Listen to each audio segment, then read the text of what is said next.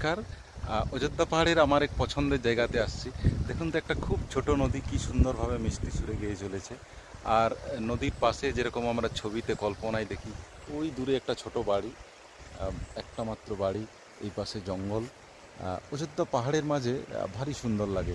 বাঘমুন্ডি থানা এবং আরসা থানার মধ্যবর্তী যে নদী ব্রিজ রয়েছে, তার খুব কাছে অযোধ্যা হিল রোডে একটা শাল জঙ্গলের মাঝে একটা খুব সুন্দর জায়গা। বিশেষ করে এই জায়গার এই ছোট নদী দুটো জলের ধারা এসে এখানে মিশছে। দূরে ওইখানে একটা মাত্র ঘর রয়েছে মাটির চালের। খুব সুন্দর লাগছে এখান থেকে।